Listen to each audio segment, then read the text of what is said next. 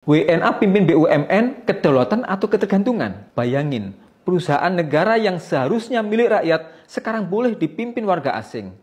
Keren karena global atau berbahaya karena kehilangan kendali? Pemerintah baru saja membuka peluang warga negara asing memimpin BUMN. Artinya, lembaga strategis yang mengelola sumber daya negara mulai dari energi, pangan, hingga transportasi bisa dikomandoi oleh non-WNI. Sebagian orang bilang, itu bagus, biar manajemennya lebih profesional. Tapi pertanyaannya, kalau kepemimpinan ekonomi diserahkan ke orang luar, di mana letak kedaulatan kita sebagai bangsa? Kita sering lupa, kedaulatan itu bukan cuma soal bendera dan wilayah. Kedaulatan sejati ada pada kendali atas sumber daya ekonomi. Dalam Nidhamul Iqtisadi fil Islam, sistem ekonomi Islam menjelaskan, kekuatan ekonomi suatu negeri ditentukan oleh siapa yang menguasai sumber daya dan siapa yang mengatur penggunaannya.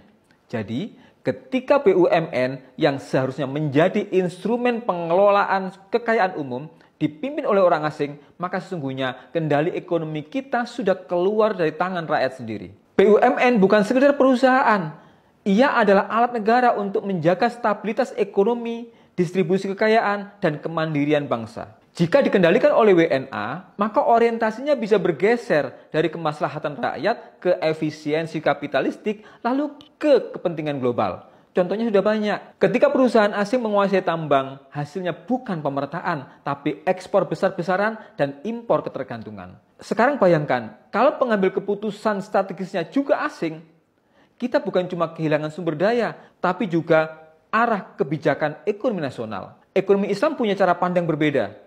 Menurut An-Nabhani, negara tidak akan pernah menyerahkan pengelolaan kekayaan umum kepada individu atau pihak asing. Kenapa? Karena prinsipnya jelas.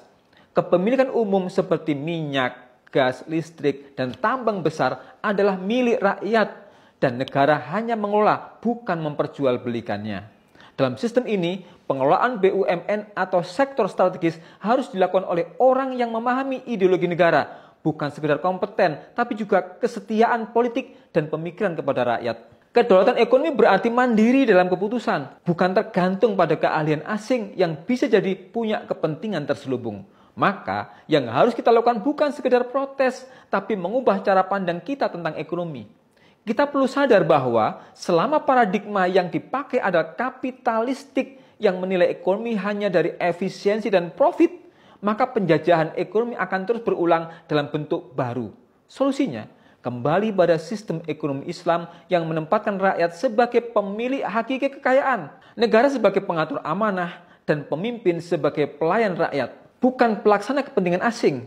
Karena menurut Syekh Taqiyuddin An-Nabhani, kedaulatan tidak akan tegak kecuali dengan ideologi yang mandiri, dan ekonomi tidak akan kuat kecuali dengan sistem yang berasal dari akidah umat. Jadi, kalau hari ini BUMN bisa dipimpin orang asing, itu bukan sekedar keputusan ekonomi, itu ujian ideologis. Apakah kita masih berdaulat atau sudah menyerahkan masa depan kita kepada tangan orang lain?